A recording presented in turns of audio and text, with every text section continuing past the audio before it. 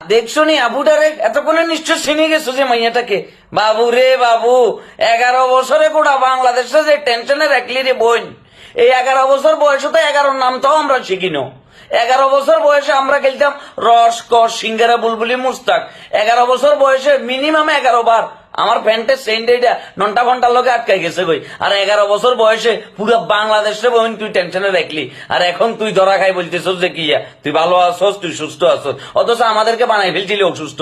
পুরা social media কি পাগল হয়ে গেছে গো বোন, তোর পোস্ট দিতে দিতে খুঁজতে খুঁজতে। আর তুই আরেক ফলার লগে যাই রঙ্গলীলা করি মজা মারছি কি রে বোন, এগুন্নি শিখছস। মানে জেনারেশন এটা এত নষ্ট দিকে চলে গেছে। মনটাই চাইতেছে যে ফলাটার লগে তুই বাইক বোন হেতের এনে করি আসতে করি আছে না, হেতে নন্টা ফন্টাই এটার ভিতরে লাগাই, তারপর কি সুইচ এটা অন করি দিবেন লাই। কেনে চিন্তা করছো দেখো না, বেহাইয়ার মতো মাই এটা কেনে আসে কেনা সব দেখাই তোমাদেরকে, দেখছো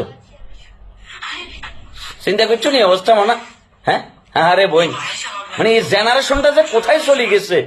আরে বোন, সামান্য কিছু ফেমেল লাই পুরো বাংলাদেশের টেনশনে রাখছো, নিজেরা এত বড় নাটক সাজালি কি দরকার বোন?